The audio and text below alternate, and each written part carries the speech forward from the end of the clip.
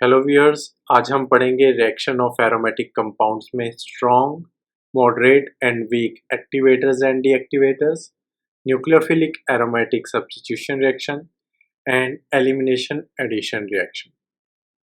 तो सबसे पहले हम देखते हैं कि कौन कौन से ग्रुप स्ट्रॉन्ग एक्टिवेटर्स होते हैं। तो इसमें से वो ग्रुप स्ट्रॉन्ग एक्टिवेटर होते हैं जिनके पास लोन पेयर होते हैं और वो एरोमेटिक रिंग के साथ अटैच्ड होते हैं डायरेक्टली। ओके, और इनके लोन पेयर इस एरोमेटिक रिंग सिस्टम में पार्टिसिपेट करते हैं रेजोनेंस में।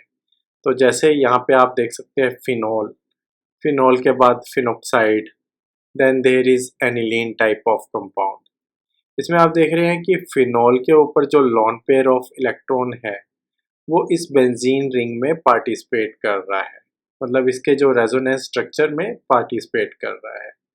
और साथ ही साथ आप देख सकते हैं कि इस पे जो नेगेटिव चार्ज आ रहा है वो ऑर्थो एंड पैरा पोजीशन पे आ रहा है, जिसकी वजह से कोई भी इलेक्ट्रोफाइल ऑर्थो और पैरा पोजीशन पे ही अटैक करेगा, क्योंकि ऑर्थो और पैरा पे इलेक्ट्रॉन डेंसिटी काफ़ी हाई है।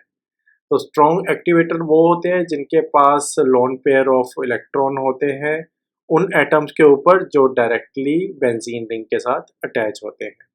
नेक्स्ट आते हैं मॉडरेट एक्टिवेटर्स। मॉडरेट एक्टिवेटर्स में भी जो आपका एरोमेटिक रिंग या बेंजीन रिंग है वो डायरेक्टली अटैच होती है उस एटम के ऊपर जिसके पास लोन पेयर ऑफ इलेक्ट्रॉन होते हैं।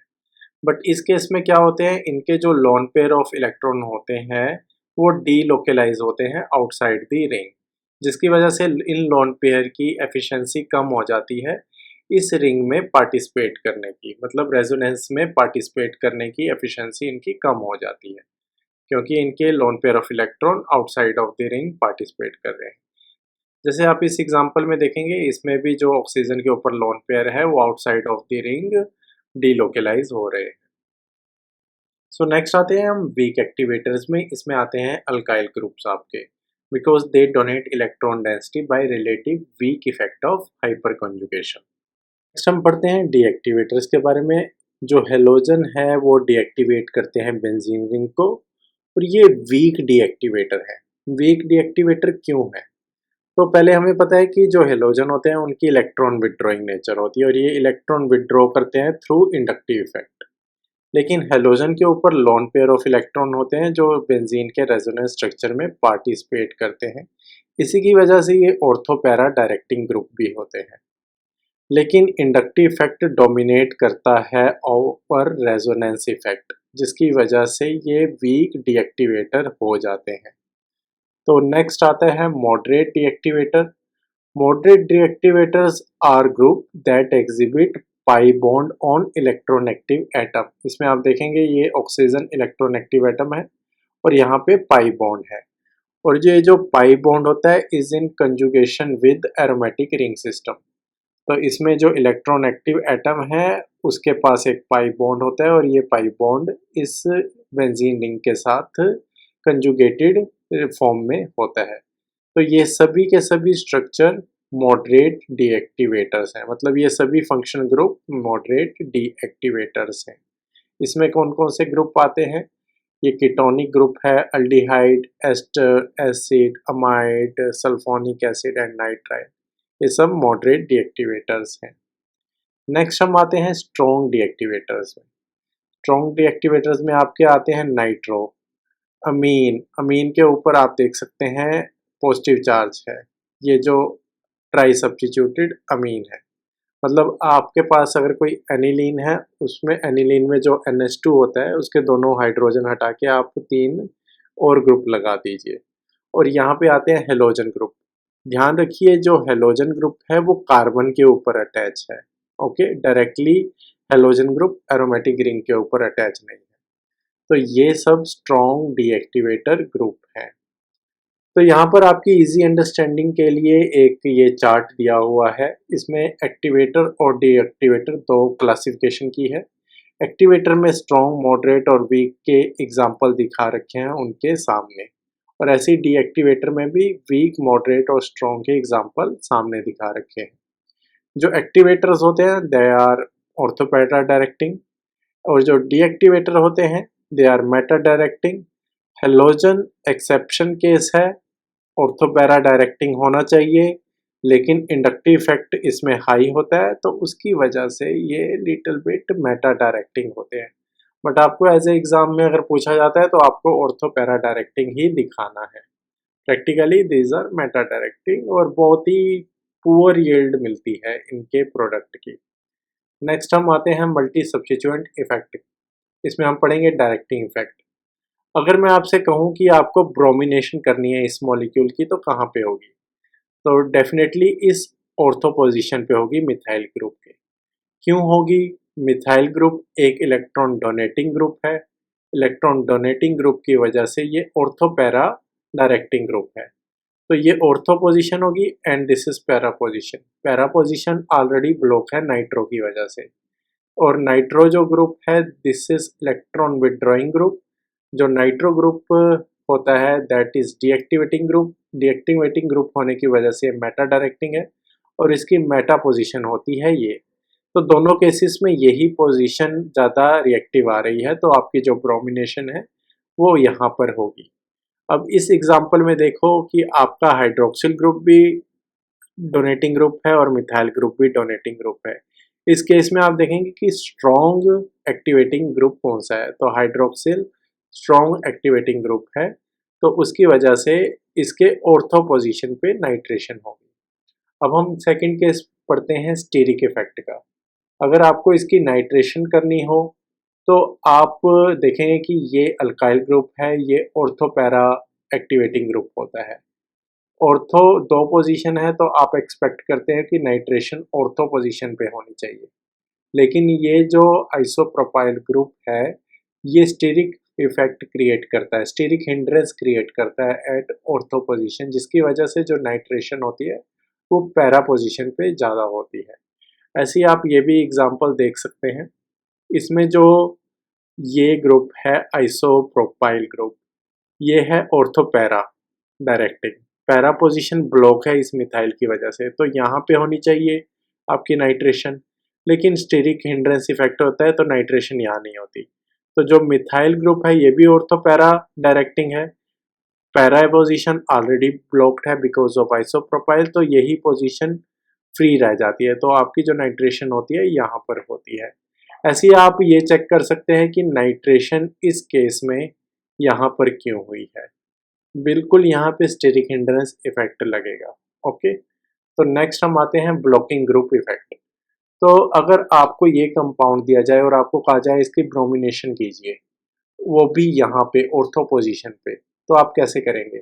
हमें पता है कि alkyl group ortho para directing होते हैं, लेकिन ये जो ग्रुप है ये स्टेरिक हिंड्रेंस क्रिएट करता है, उसकी वजह से ब्रोमिनेशन यहाँ नहीं होती, पैरा पोजीशन पे होती है। लेकिन अगर आपको पैरा पोजीशन पे नहीं करवानी, सिर्फ ऑर्थो पोजीशन पे करवानी है, तो आपको पैरा पोजीशन पे ब्लॉकिंग ग्रुप लगाना पड़ेगा। और अगर आप कोई इलेक्ट्रॉन विदड्रॉइंग ग्रुप लगा देंगे ब्लॉकिंग ग्रुप, तो वो मेटा डायरेक्टिंग ग्रुप हो जाएगा। मेटा डायरेक्टिंग ग्रुप होने की वजह से आपकी जो ब्रोमिनेशन है यहाँ पर जाएगी, क्योंकि functional group conversion that change directing effect. तो हमें पता है कि जो नाइट्रो ग्रुप है इलेक्ट्रॉन विदड्रॉइंग ग्रुप है and it is Meta directing group, लेकिन जब आप नाइट्रो ग्रुप को रिड्यूस कर देंगे तो ये अमीन में कन्वर्ट हो जाएगा, और अमीन में कन्वर्ट होने की वजह से ये ऑर्थो पैरा डायरेक्टिंग बन जाएगा। ऐसे ही ये यहाँ पर आप देख सकते हैं टोलिन है, टोलिन में मिथाइल ग्रुप होता है। मिथाइल ग्रुप जो होता है वो एक्टिवेटिंग है, ऑर्थो पैरा डायरेक्टिंग है। जब आप मिथाइल ग्रुप की ऑक्सीडेशन कर देंगे तो ये एसिड में कन्वर्ट हो जाएगा जो कि इलेक्ट्रॉन विदड्रॉइंग ग्रुप है, और ये मेटा डायरेक्टिंग हो जाएगा। यहाँ पर आप ये देखेंगे कि कीटोनिक ग्रुप लगा हुआ है, कार्बोनिल है, तो ये मेटा डायरेक्टिंग है। इसको आप रिड्यूस कर देंगे तो अल्काइल ग्रुप बन जाएगा, ये ऑर्थो पैरा डायरेक्टिंग हो जाएगा। और ऐसे ही अगर CH3 को NBS से ट्रीट करेंगे, एन ब्रोमोसक्सिनिमाइड से, तो ये आपको CBr3 देगा। मिथाइल ग्रुप जो है वो ऑर्थो पैरा डायरेक्टिंग है, लेकिन जैसे ही CBr3 ग्रुप लगेगा ये स्ट्रॉन्ग मेटा डायरेक्टिंग ग्रुप बन जाएगा। नेक्स्ट हम पढ़ते हैं कि कैसे हम इस चीज़ को यूटिलाइज कर सकते हैं, फंक्शनल ग्रुप इंटरकन्वर्शन जो चेंज करते हैं डायरेक्टिंग इफेक्ट। अगर मैं आपको कहूँ कि आपको ये मॉलिक्यूल बनाना है बेंजीन से, तो कैसे बनाएंगे? तो पहले अगर आप बेंजीन लेते हैं, उसकी नाइट्रेशन करते हैं, तो नाइट्रो ग्रुप आ जाता है।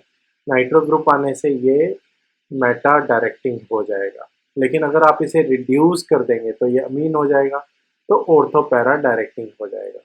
तो आपको यहाँ पे जब नाइट्रो ग्रुप लगा हुआ है इस केस पे आपको क्लोरीनेशन करनी है, क्योंकि क्लोरीनेशन करेंगे तभी मेटा पोजीशन पे आ जाएगी क्लोरीन, और देन आप नाइट्रो ग्रुप को फर्दर रिड्यूस कर सकते हैं।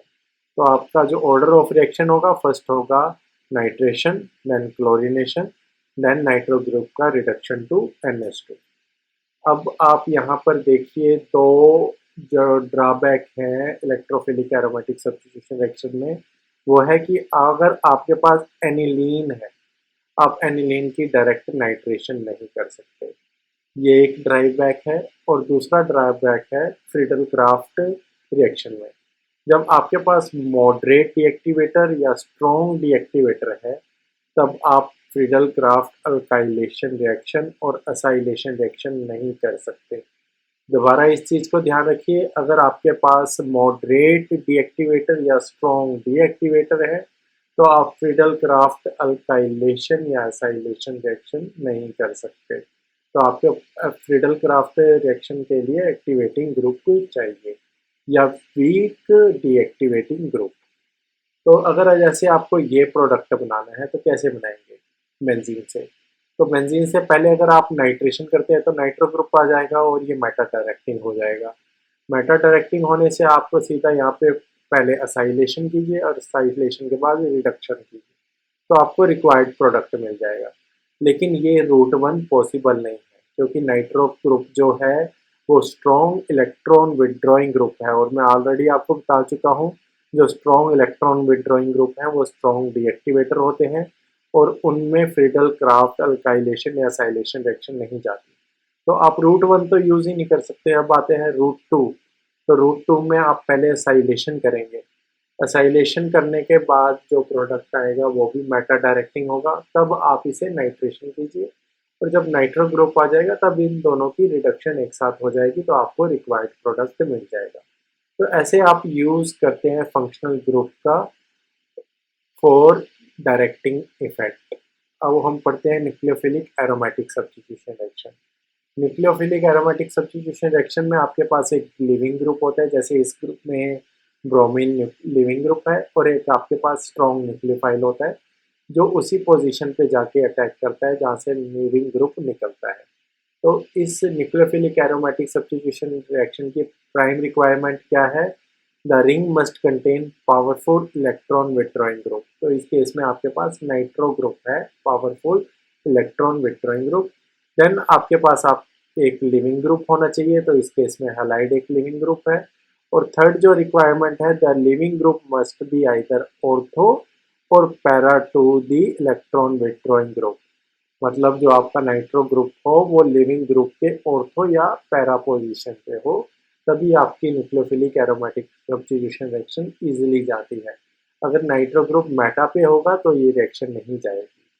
तो ये है mechanism nucleophilic aromatic substitution reaction का।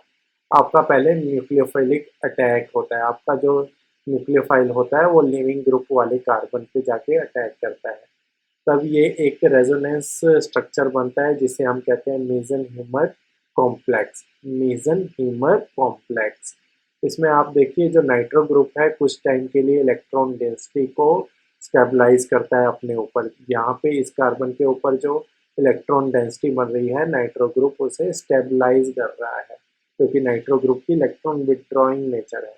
यहाँ यही रोल है इलेक्ट्रॉन विथड्रॉइंग ग्रुप का, जिसकी वजह से न्यूक्लियोफिलिक एरोमेटिक सब्स्टिट्यूशन रिएक्शन जाती है। अगर नाइट्रो ग्रुप नहीं होगा तो न्यूक्लियोफिलिक एरोमेटिक सब्स्टिट्यूशन रिएक्शन नहीं जाएगी। और फाइनली आपका जो लिविंग ग्रुप है वो लीव हो जाता है और आपको आपका रिक्वायर्ड प्रोडक्ट मिल जाता है। तो इसमें आपके 3 स्टेप हैं: nucleophilic attack, Meisenheimer complex formation and loss of leaving group.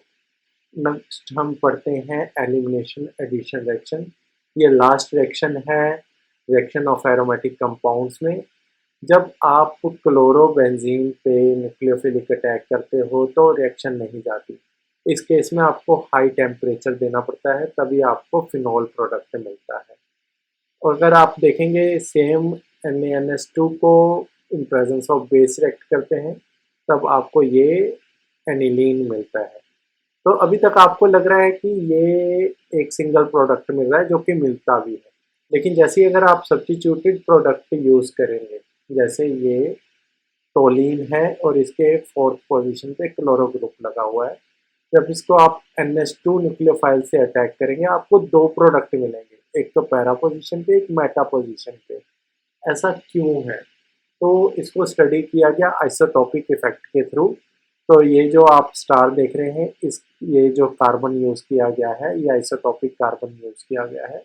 जब यहाँ पे NH2 का रिएक्ट करवाया गया तो इन्होंने देखा कि दो कंपाउंड बन रहे हैं ये वाले। एक तो ये एनिलीन जिसमें NH2 इस कार्बन के ऊपर डायरेक्टली अटैच है जो कि आइसोटोपिक कार्बन है, और दूसरा ये प्रोडक्ट जिसमें NH2 साइड वाले कार्बन पे बन रहा है। तो इसका मैकेनिज्म क्या है? ये बेंजाइन मैकेनिज्म को फॉलो करते हैं। इसमें आपका जो बेस है वो हाइड्रोजन को एब्स्ट्रैक्ट करता है, और यहाँ पे आपकी इलेक्ट्रॉन डेंसिटी रेजोनेंस में पार्टिसिपेट करती है और क्लोरीन एक लिविंग ग्रुप बन जाता है। जब क्लोरीन लीव करता है तो यहाँ पे ये बेंजाइन फॉर्मेशन हो जाती है। अब आपका न्यूक्लियोफाइल चाहे तो इस कार्बन पे भी अटैक कर सकता है और चाहे तो इस कार्बन पे भी अटैक कर सकता है। तो यहाँ पे पूरा मैकेनिज्म दिखाया हुआ है कि NH2 ग्रुप इस कार्बन पे अटैक किया, इलेक्ट्रॉन डेंसिटी यहाँ पर आई, और ये जो इलेक्ट्रॉन डेंसिटी है इसने वापस हाइड्रोजन को वापस निकाल दिया और ये आपको ये प्रोडक्ट मिला। ऐसे ही दूसरा प्रोडक्ट भी मिलता है। तो मतलब आपको एलिमिनेशन एडिशन रिएक्शन जो कि बेंजाइन के थ्रू प्रोसेस होती है, उसमें आपको दो प्रोडक्ट मिलते हैं, और ये है पूरा मैकेनिज्म। इस मैकेनिज्म में आप देखेंगे कि जो आपका बेस है वो हाइड्रोजन एब्स्ट्रैक्ट करता है। तो first step is proton transfer, then there occur loss of leaving group, then there is formation of benzyne, and then finally attack of nucleophile which ultimately gives you the final product, and then again proton transfer happen, जो ये nucleophile generate हुआ है ये hydrogen abstract कर लेगा। इस mechanism को आप ये डी ज़ेल्डर रिएक्शन से भी प्रूफ कर सकते हैं कि बेंजाइन बनता है या नहीं। अगर जब बेंजाइन बनता है तो ये फ्यूराइन के साथ रिएक्ट करके साइक्लो अडक्ट देता है। तो ये डी ज़ेल्डर रिएक्शन है। तो यहाँ पर दोस्तों हम फिनिश करते हैं reaction of aromatic compounds. Thank you for watching this video.